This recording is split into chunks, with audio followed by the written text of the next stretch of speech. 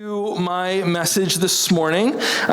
We've been kind of looking at the title of my messages have been When My Worship Feels Weak. That's been the title of our series, and we've really kind of focused in on areas that we need to improve on, areas that we need to we need to destroy idols, and we need to get physical, and we need to humble ourselves, and we've talked about these areas that make our worship function in a stronger way in our hearts and in our minds.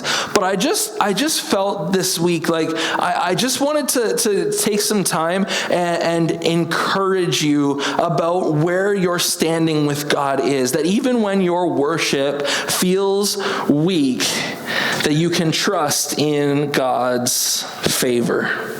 Let me ask you this. Have you ever found yourself falling through a cascade of stupid decisions? Have you ever found yourself just in that snowball effect of stupid decision after stupid decision after stupid decision, and it just felt like it never ended? Can I be very honest with you? That was Bible college for me. I made a lot of stupid decisions in Bible college. It's a wonder that they allowed me to graduate. It's a miracle. I was in the dean's office on multiple occasions. I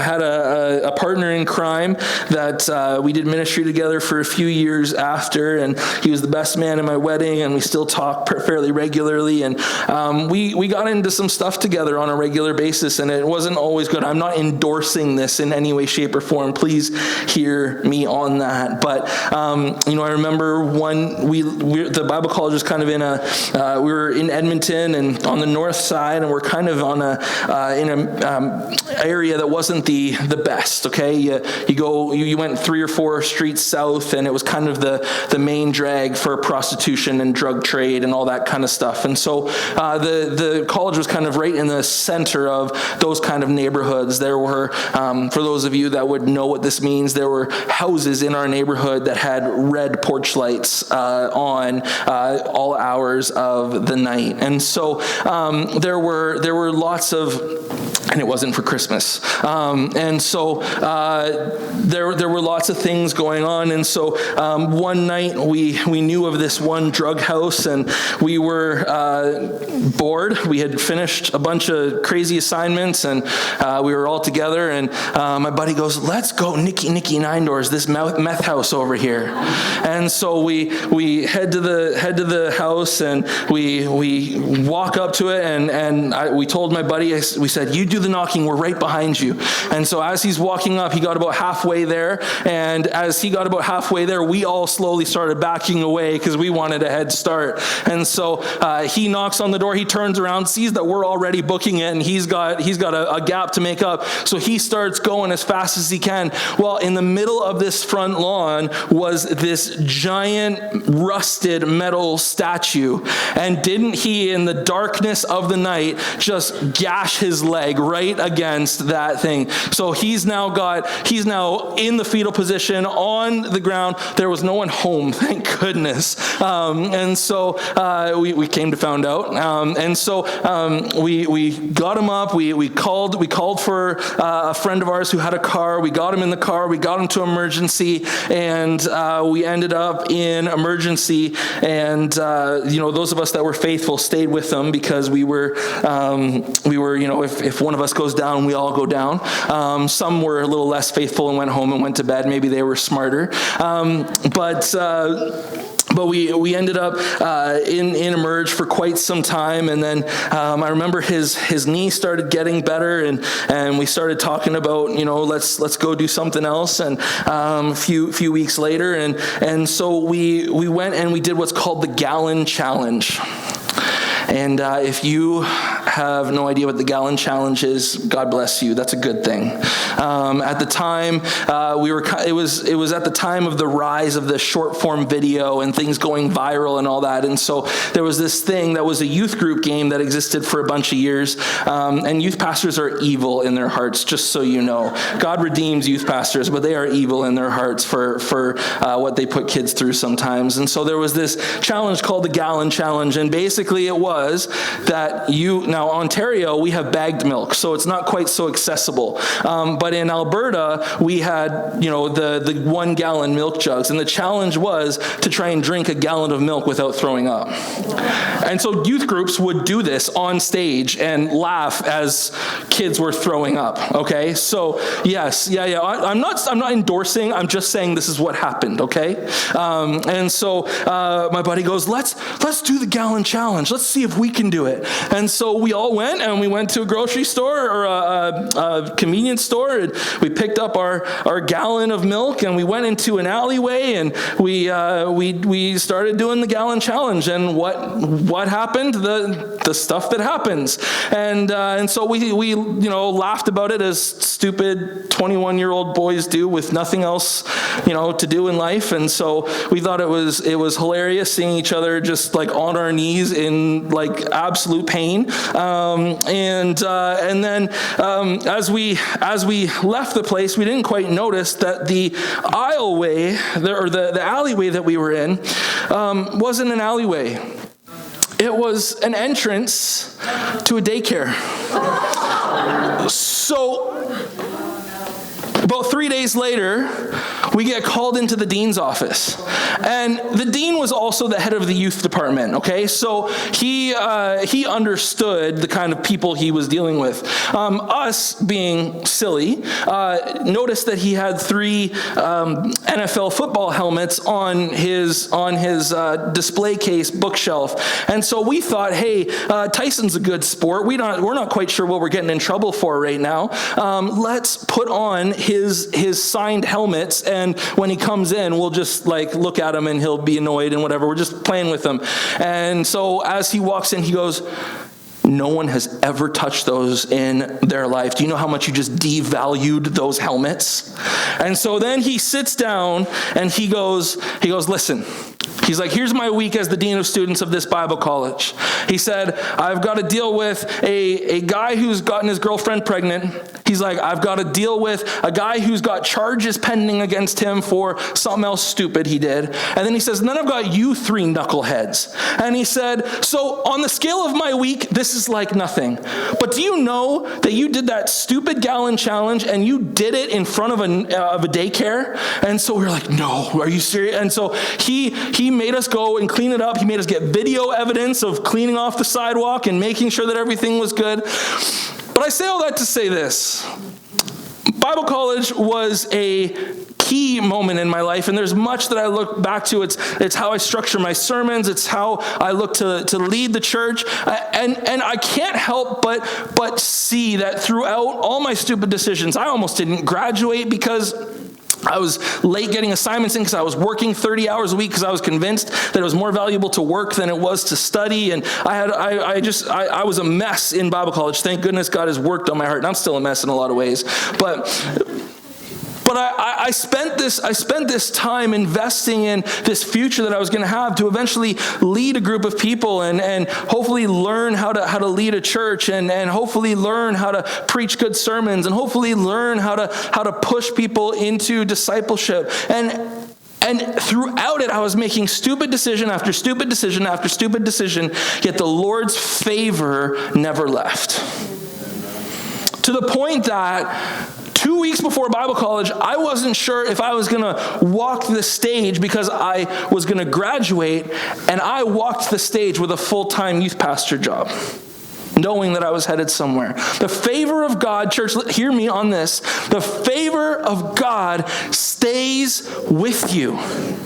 And so this morning, I want to look at David, who also went through a series of ridiculous choices. 1 Samuel 21:10 to chapter 22, verse 2. It says, "And David rose and fled that day from Saul and went to Achish, the king of Gath." So this is after David. This is now David fleeing from Saul. Okay, Saul has become jealous of David. He wants to kill David. He's come up with other ways to kill David, which we'll get to in a second. But to this point now, David has needed to flee from Saul. He's on the run, if you will. says, and the servants of Achish said to him, is not this David, the king of the land? Did they not sing to one another of him in dances? Saul has struck down his thousands, and David his 10,000s. And David took these words to heart and was much afraid of Achish, the king of Gath. So he changed his behavior before them and pretended to be insane in their hands, and made marks on the doors of the gate, and let his spittle run down his beard. Then Achish said to his servants, behold, you see the man is mad. Why then have you brought him to me? Do I lack madman that you have brought this fellow to behave as a madman in my presence? Shall this fellow come into my house? David departed from there and escaped to the cave of Adullam. And when his brothers and all his father's house had heard it, they went down there to him. And everyone who was in distress, and everyone who was in debt, and everyone who was bitter in soul gathered to him. And he became commander over them, and there were with him about 400 men.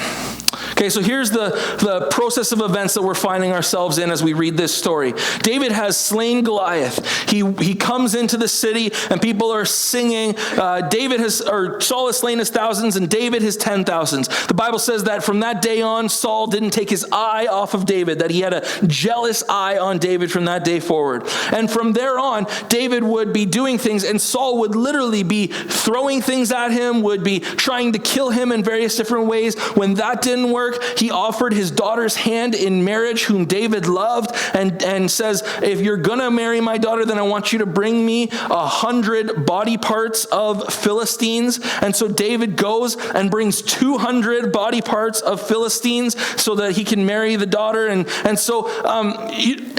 then he goes on the run because Saul eventually makes it clear that I'm going to kill you and I'm looking to kill you. And so he goes on the run and finds himself in a place where he's hungry, and he goes and eats food that's reserved for priests and that's supposed to be only for the priests. And then he finds himself running from Saul out of his home country. And do you know who he runs to? It says he goes to Achish. You know who Achish is? He is the king, also known as Amalek. He is the king of the Philistines in Gath. And do you know who was from Gath? Goliath. So David, in his scattered-brained craziness, finds himself in the land that this is less than a year later, they estimate, from killing Goliath. He is in the land of the great warrior that he killed after killing hundreds of Philistines and bringing those body parts as an offering to Saul to then be able to marry his daughter, which is all kinds of messed up. And he finds himself in the presence of his very enemy. And then, when he flees, he goes to a cave where his brothers and father join him. Thank goodness that they're willing. But then it says about 400 people come and join. And do you know did you see how it described them? It described them as everyone who was in distress, everyone who was in debt, everyone who was bitter in soul gathered to him. And so David, throughout this story, I want to make it clear, there's no part where it goes, and David sought the Lord, and the Lord said to go here, and the Lord said to go there. David is just figuring this out on his own strength, in his own mind, in his own way. Have you ever found yourself there before, where you know that God has called you, you know that God has a plan for you, but you messed up once, or you messed up again, or you did something here, you did something there, and you just find yourself in this free fall of stupid decisions?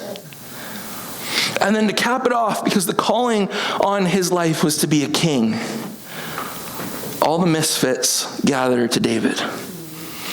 All the people who had made stupid decisions, who had gotten themselves in debt. If they were fleeing, if they were evading in that day, it usually meant that they were a slave who had messed up and needed to just get out of there so he didn't get killed or didn't have a severe punishment happen, or there was a reason you were fleeing in that day. And everyone who had a bitter heart. There's nothing that will make you feel like an outcast and lead you into stupid decisions that don't have anything to do with God than a bitter heart.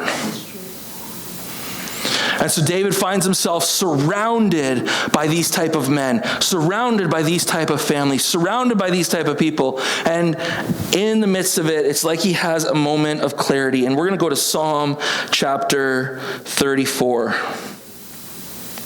Psalm 34 has lots of good little coffee cup verses on it. It's taste and see that the Lord is good, right? Some of those kind of coffee cup verses in it. It's awesome. But this is the psalm, this is the song, this is the poem that David writes for the people in the cave with him after he fled from Amalek or Achish. And so what's cool about this psalm is it's actually a Hebrew acrostic.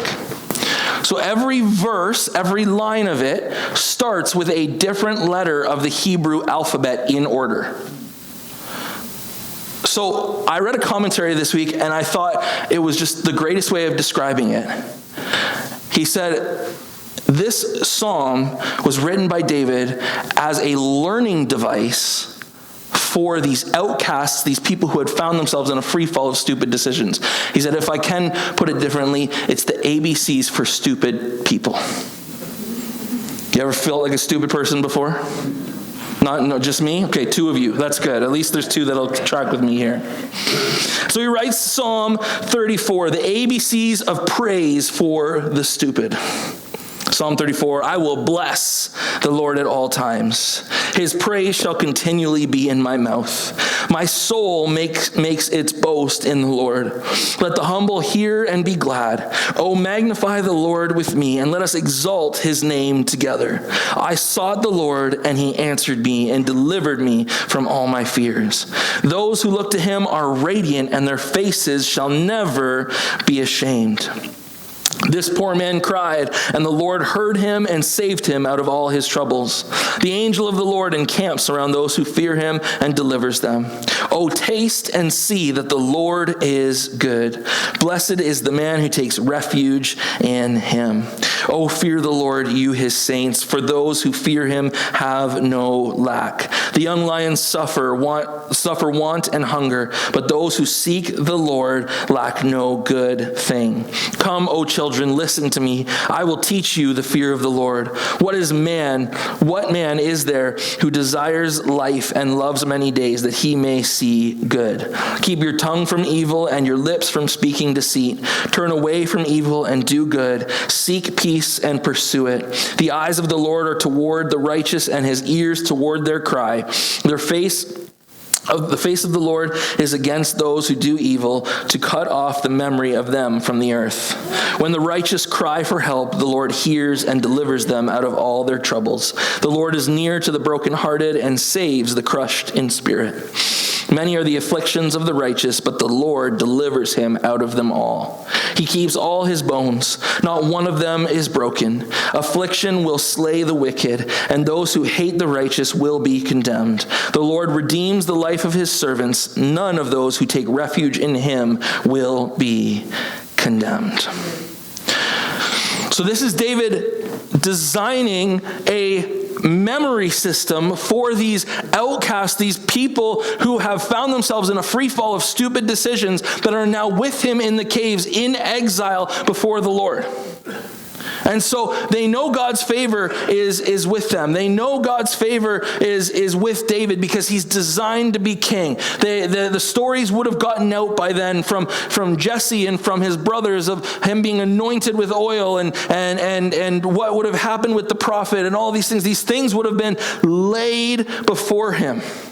They would have been laid before them. They would have been laid as truths before them. And so here their leader is giving them a psalm, a song, a poem to help them remember the truth that he wants to launch them from.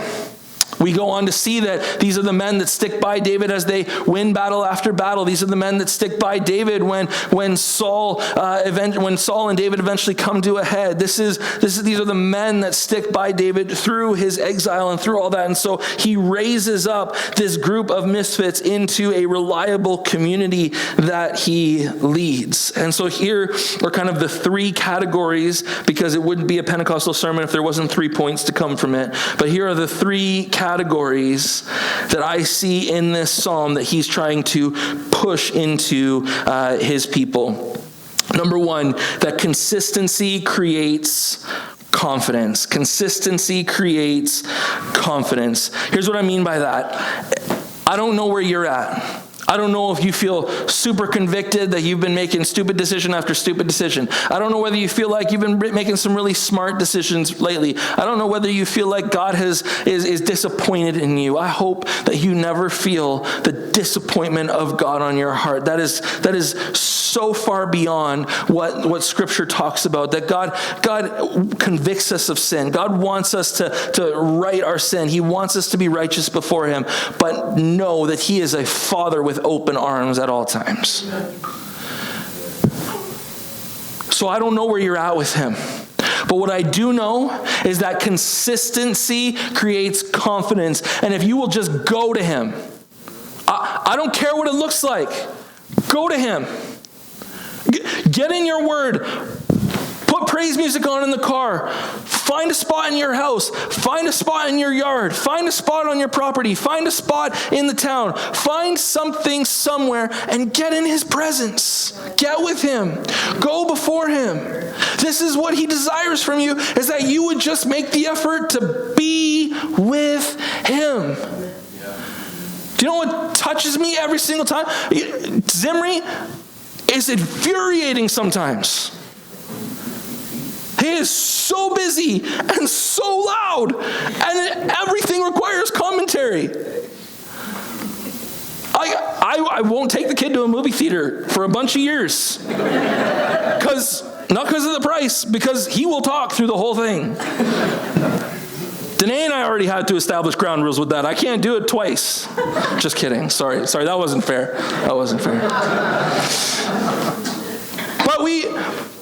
But no matter how crazy he gets, no matter how silly he gets, no matter how much I'm getting just overwhelmed with the volume level that one kid can create. We got I've got another one on the way. Just one, just to be clear. One more on the way. Yeah. But I don't even know what two sounds like. I mean, one can be overwhelming sometimes. And no matter what, after all of that, if he just crawls up and sits beside me on the couch, or crawls up and just gives me a hug, there's nothing that compares to that moment. Make no mistake, God doesn't always approve of everything you do. Sometimes you're way too loud. Sometimes you're kind of annoying. Sometimes you make decisions that are really frustrating. But if you'll just get before him, the work he'll do, the love he'll show you, the relationship you'll build will be incomparable. David here is trying to teach from his mistakes. He didn't go to God about fleeing to the Philistines, and it made himself have to act like a crazy person just to escape from there. He's talking to his people who are bitter, who are in debt, who are in distress. And he's saying, just show up. If you're bitter, show up. If you're in debt, show up. If you're in distress, show up.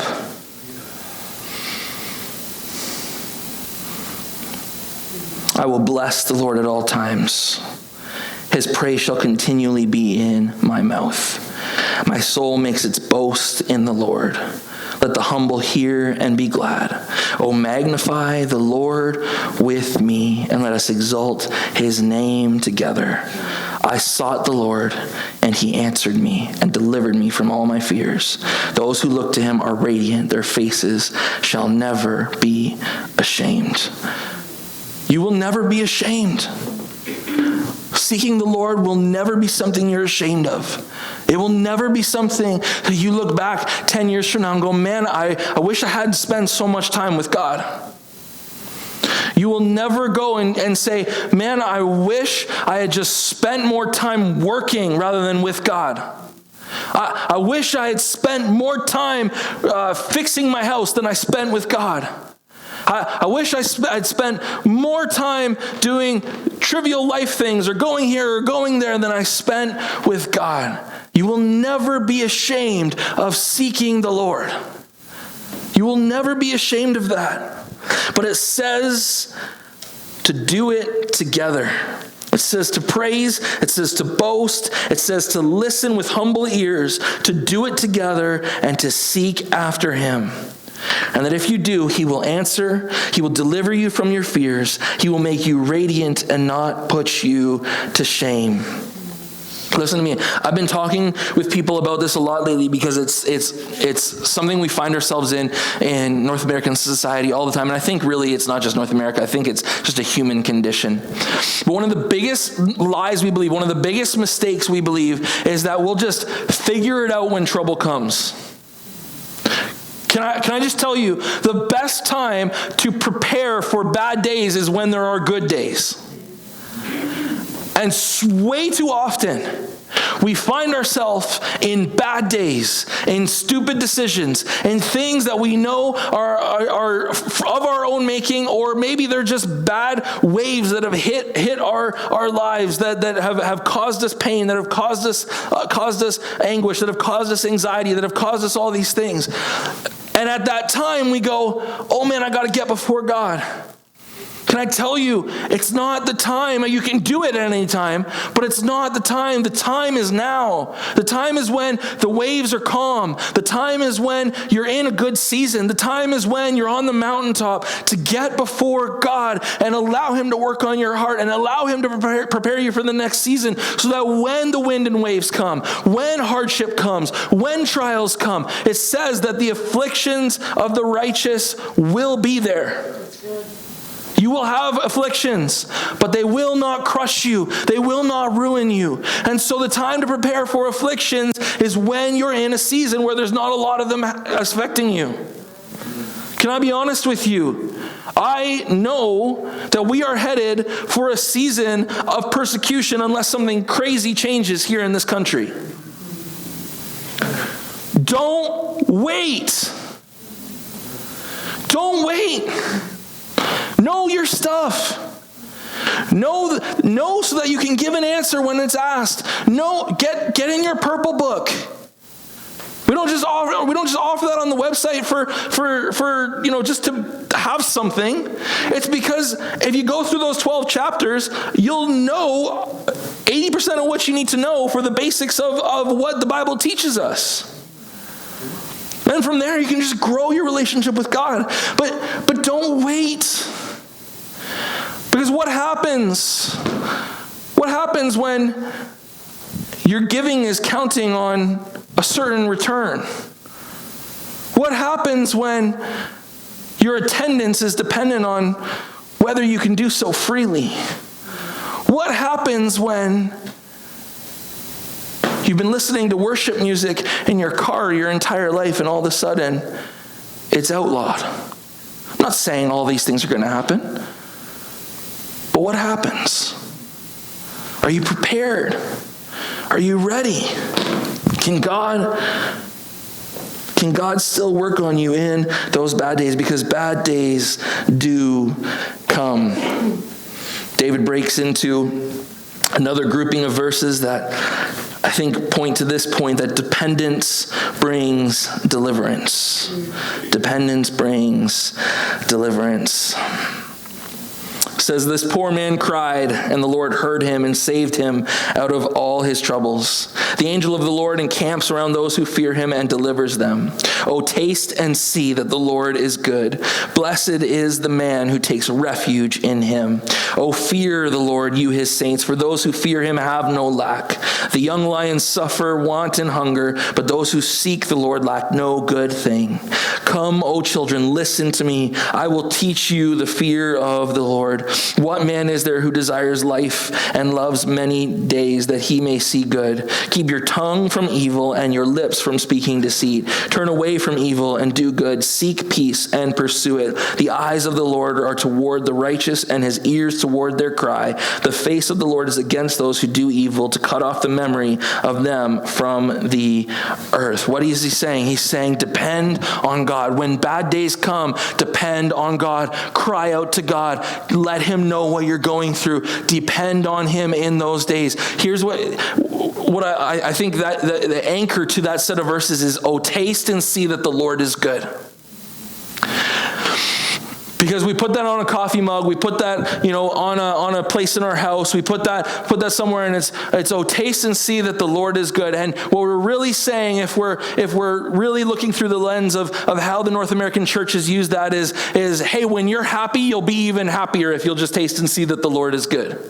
I actually think that this is written in a different tone. It's that when everything else is failing, that when I feel like absolute dirt, that when I'm crushed inside, oh person, would you take a chance and taste and see that the Lord is good?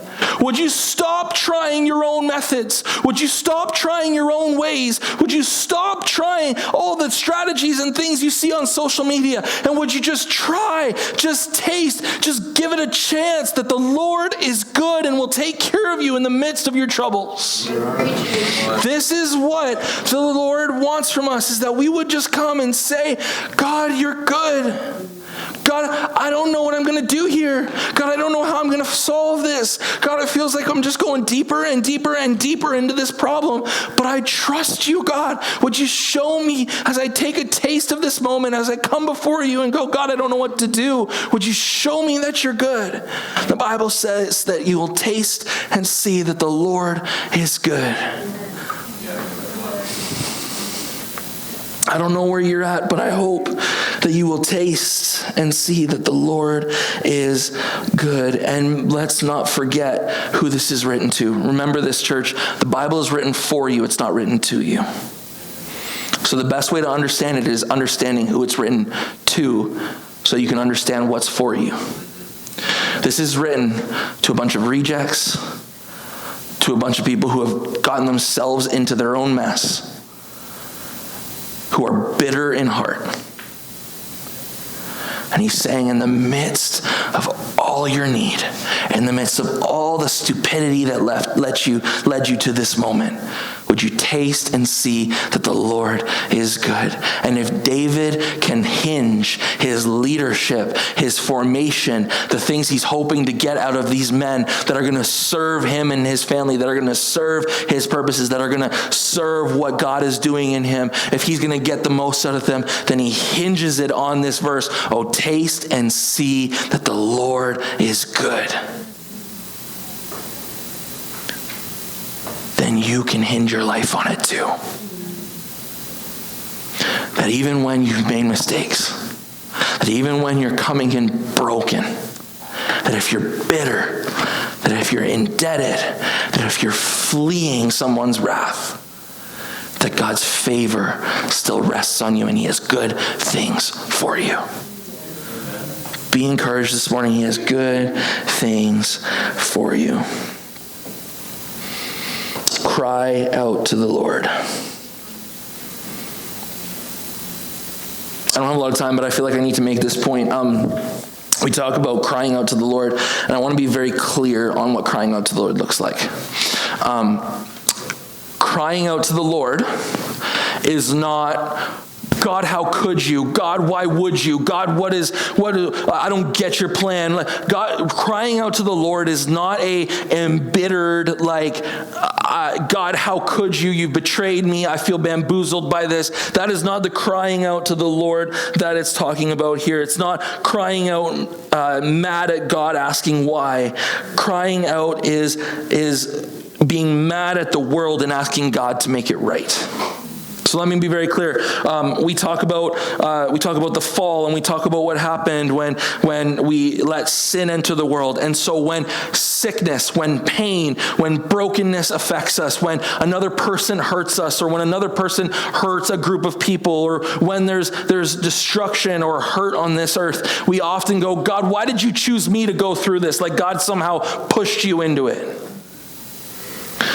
Let's be very clear. We pushed ourselves into it. We made the mistake.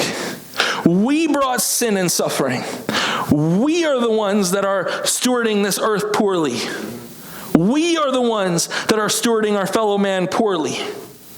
And so when there's hurt and when there's brokenness, can I just tell you that when someone out of brokenness and hurt and pain does something horrific,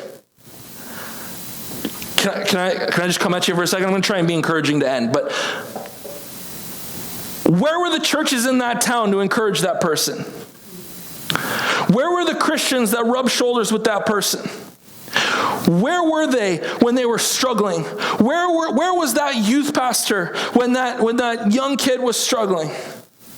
Where was that pastor when that person walked through the doors the first time and tried church for the first time? Where was that greeter? Why didn't we spend an extra 5-10 minutes with that person? Because we're too busy. Hear me. In a perfect world, the church would do things perfectly. In a perfect world, there would be no hungry in Bracebridge because of the church. In a perfect world, the housing solution would be fixed because of the church. But we're not in a perfect world. And so when we see disastrous things hit us, whether it be sickness or poverty or this or that, it's because we have invited sin into this world and we're not doing enough about it. And I don't know how to get us there. I'm just being honest. But that is not the world God designed.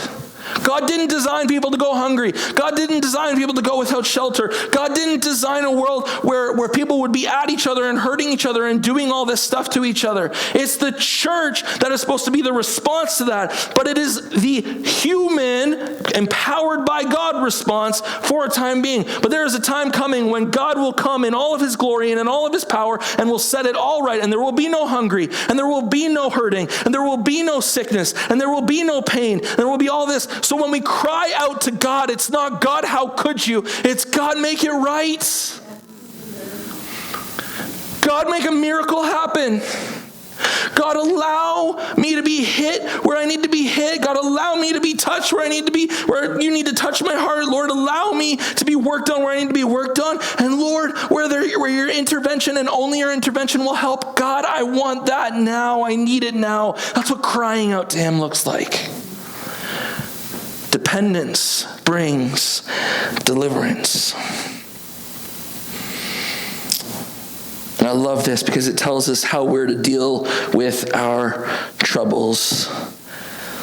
And he tells us that victory is a foundation. Verse 17 says, when the righteous cry for help, the Lord hears and delivers them out of all their troubles. I'm going to invite the worship team to come back. The Lord is near to the brokenhearted and saves the crushed in spirit. Many are the afflictions of the righteous. Not just a few, but many are the afflictions of the righteous. But the Lord delivers him out of them all. He keeps all his bones. Not one of them is broken. But listen to the change here. Affliction will slay the wicked, and those who hate the righteous will be condemned. The Lord redeems the life of his servants. None of those who take refuge in him will be condemned. We fight, we struggle, we overcome our problems from victory.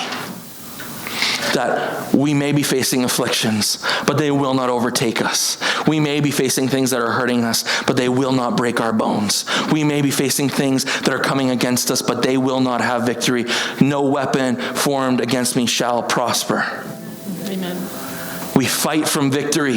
Victory is your foundation. And so I don't know what you're going through this morning. I don't know what's challenging you. I don't know what's hurting you. I don't know where your struggle is. I don't know, because it says the afflictions of the righteous are many. Can I just be honest with you? If you feel no affliction, it might be saying more about your righteousness than it is about you being perfect. That the afflictions of the righteous are many. But those afflictions will not conquer you.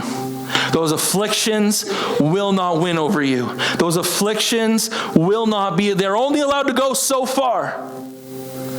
Daniel was in the lion's den, claws out, teeth in the mouth, eyes fixed on him. But the lions were not allowed to do anything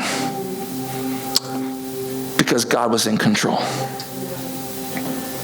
When Moses is leading the Israelites through the water and it's parted, don't believe for a second, church, that those waves weren't intimidating. Don't believe for a second that it wasn't scary to see a wall of water on one side and a wall of water on the other. But the water was only allowed to go so far. The Egyptians came running after them with full intent to strike them down. But they were only allowed so far before the waters closed in on them. Time and time and time again. Jonah, swallowed by a big fish. In a big fish for 3 days. I can't even imagine how bad he would have smelled. That fish was allowed to swallow him, but it didn't get any further than that. I don't know what your afflictions are. I don't know what you're facing. But what I can tell you is that if you'll just get before God, that if you'll consistently go before Him, that you'll have a confidence in Him like you've never known before. That if while you're going before Him, you'll put your dependence on Him, you'll cry out to the Lord and say, God, this isn't what I would have chosen for my own life, and I know this isn't your plan for what my life would be ideally. Lord, would you intervene? Let me taste and see that the Lord is good. And if you'll go, but I know that no matter what I face, you'll only let it go so far. It may not be where you choose for the line to end. Let me be very clear. But it says no bone will be broken. It will not overcome you. So this morning, I'm wondering if you would stand with me and we could do this.